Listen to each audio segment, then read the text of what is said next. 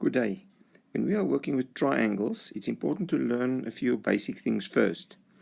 We're going to start off by just saying that the vertices or the corners where the triangles lines meet should be capital letters. See, here, this corner is called capital D, capital E, capital F, capital I, capital K, capital J. Now, sometimes in maths, they will also name the sides. Now, there's two ways to do it. I'm just going to mention the first one.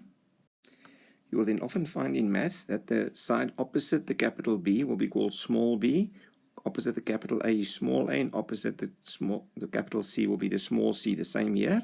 Opposite the capital D, they'll call that whole side small d.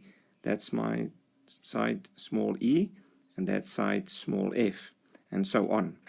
I don't like that, but you've got to get used to that to understand formulas in future. There's another way that they can write it.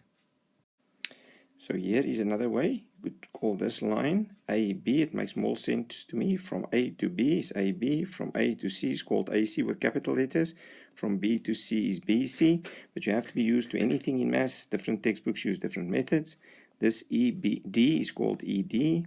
This EF, then EF, running from E to F, the line. This DF means the line running from D to F, and so on. Or the same with this triangle. The next thing you must look at is that in any triangle, you will find 3 angles and 3 sides. Same on this triangle, there are 3 sides and 3 angles. That's where the name triangle comes from. Furthermore, when we're going to work with triangles, we're going to learn about their area, which you can see over here. The area is the inside of a triangle, that area that is formed over there on the inside.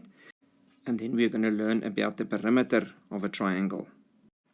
And that will be this green distance around the triangle. So the perimeter of a triangle is the distance around the triangle. The length of all the sides are added together.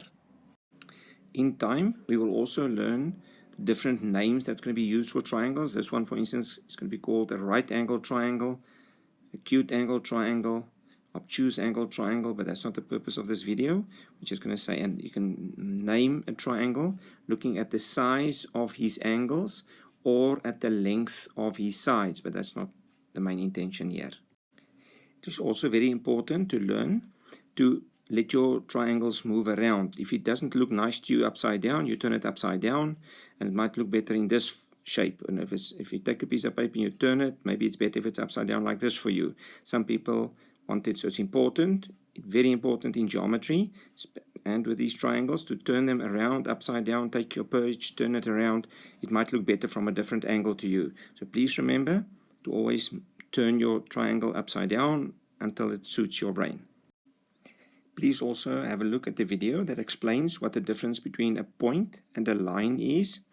These big words, line segments and all things like that, but I just want you to understand that the line AB, for instance, over here is made up of millions of little points that goes down here. And line BC is made up of millions of points. And line AC is made up of millions of points. And the angle here, angle A, is formed by these two lines. This is then called vertex A, vertex B, vertex C. So the angles over here is formed at the vertex. That's called a vertex. That's a vertex. That's a vertex. That's a vertex. That's a vertex. And that's a vertex. And that's the sides.